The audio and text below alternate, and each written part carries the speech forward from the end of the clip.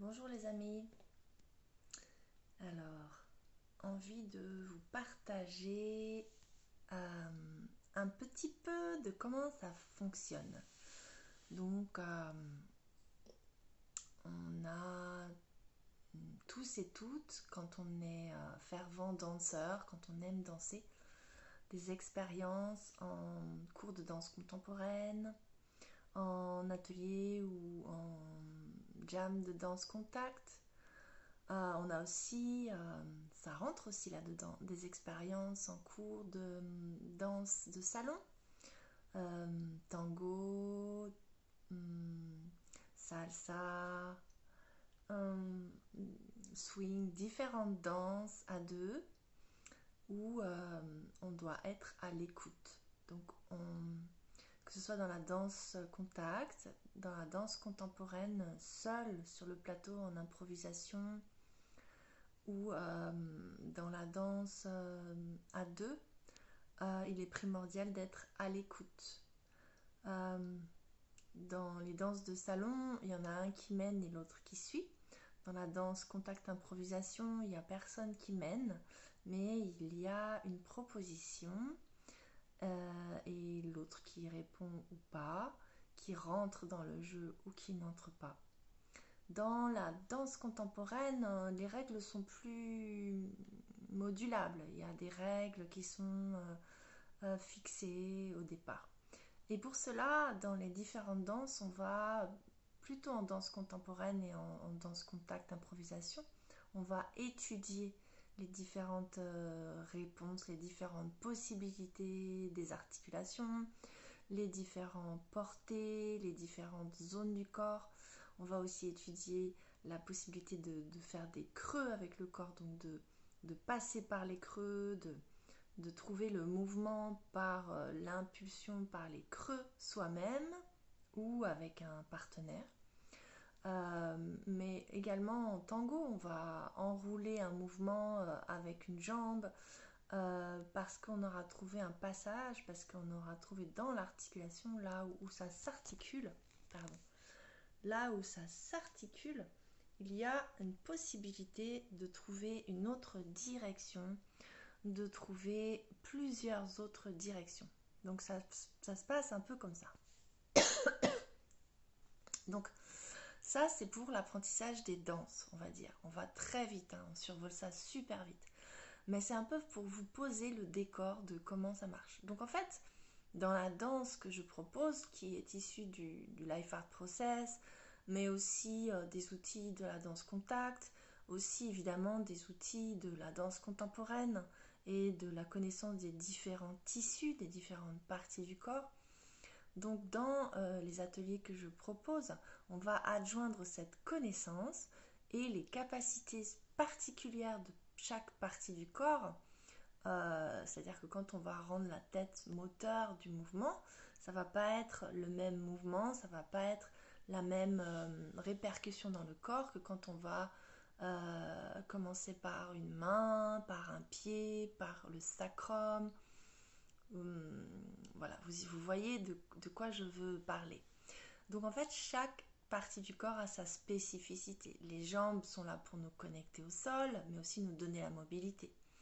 Les bras, les épaules, les omoplates sont là pour nous donner la mobilité des bras, ouvrir ou fermer les bras, accueillir ou repousser, faire venir à soi ou donner, mais aussi fabriquer, donc rendre aussi manifestable ce que nous avons dans nos esprits. Et toute la technologie, une grande partie de la création humaine est passée par de la tête à nos mains et par la réalisation. C'est intéressant de le voir.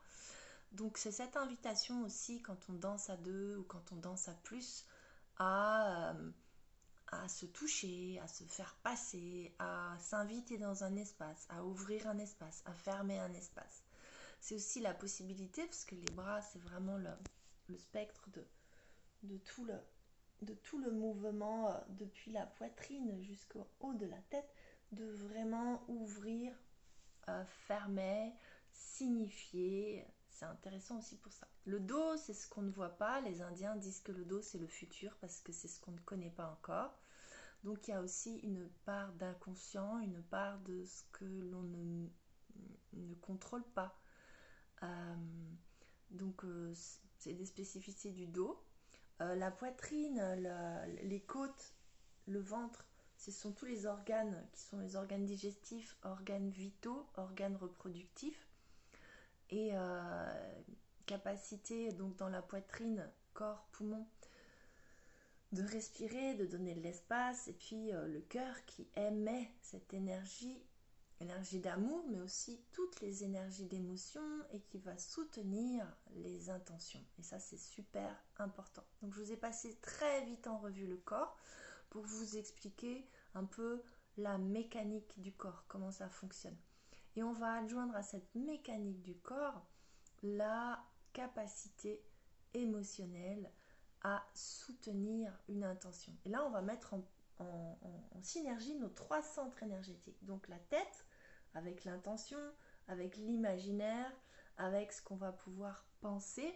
Donc penser, c'est-à-dire qu'est-ce qui, par exemple, ne fonctionne pas dans ma vie, qu'est-ce que j'ai envie de changer, qui sera né d'exploration en mouvement, et comment est-ce que je pose une intention, ou je demande une manifestation, ou je pose une loi d'attraction dans mon champ aurique.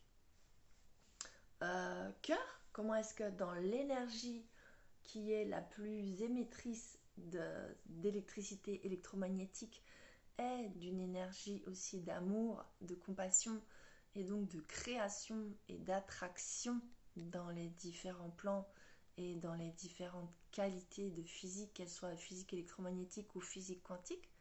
Comment est-ce que je me mets dans un état où je me donne plus de chances de manifester? Alors il faut y croire, il faut croire que c'est possible et il faut croire qu'on est aidé pour que ça se réalise. Et puis il faut agir. Et puis on dit il faut payer, donc il faut aussi donner de son énergie, il faut s'engager dans un processus. Mais ce qui est intéressant, c'est le lien là avec l'action. Donc on va aller chercher le 3e centre qui est notre centre du hara, d'où part toute l'énergie de l'action dans le corps. Et là on va se connecter au 3e centre et on va mettre en place le mouvement dans l'espace. Et c'est comme ça que ça marche.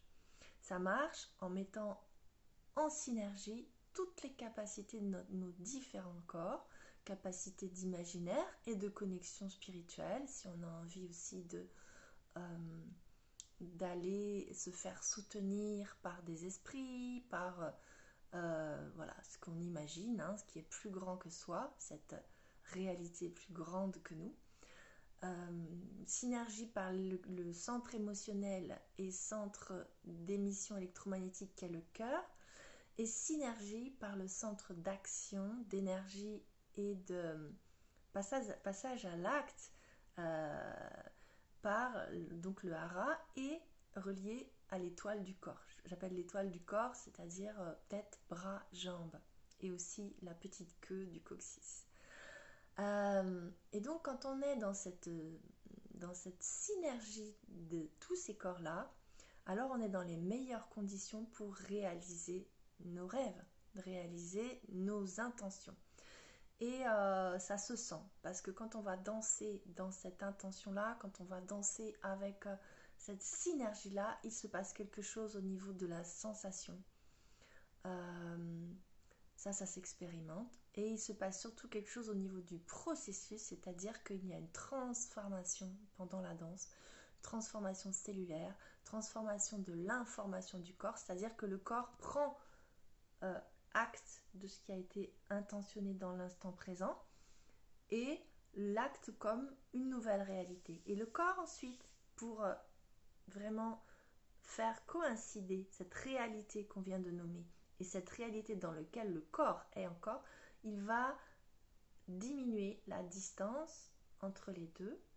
Donc quand l'intention est par exemple guérir d'une maladie, eh bien le corps va aller mettre en place, activer les différents nettoyages, les différents travaux de l'immunité pour que ce soit une réalité. Et ça se met en place. Voilà comment ça fonctionne. Ça fonctionne de manière très forte. C'est quelque chose qui est aussi utilisé dans le chamanisme. C'est évidemment dans les accompagnements, les technologies qu'on a aujourd'hui, technologies humaines, hein, technologies de nos nouveaux outils, la loi de manifestation et d'attraction. Donc on sait que ça marche très très bien. Et pourquoi est-ce que ça marche encore mieux avec la danse? Eh bien parce qu'on y adjoint l'activité du corps, le déplacement dans l'espace, l'interaction avec les autres. Et du coup, sur le champ, immédiatement après avoir posé l'intention, c'est pas juste qu'on est passif, c'est qu'on va dans l'espace. On va dans l'espace et dans le temps, et donc on explore avec cette nouvelle donnée l'espace extérieur, le temps, le déroulement, mais également l'espace intérieur de notre corps. Et donc, comme je vous le disais, ça transforme et ça redonne de nouveaux paradigmes. Voilà pour aujourd'hui. Évidemment, ça s'expérimente. Évidemment, il y a énormément de nuances. Évidemment, c'est vraiment juste une information. Mais déjà, j'avais envie de vous partager ça parce que c'est d'une richesse infinie. À très vite!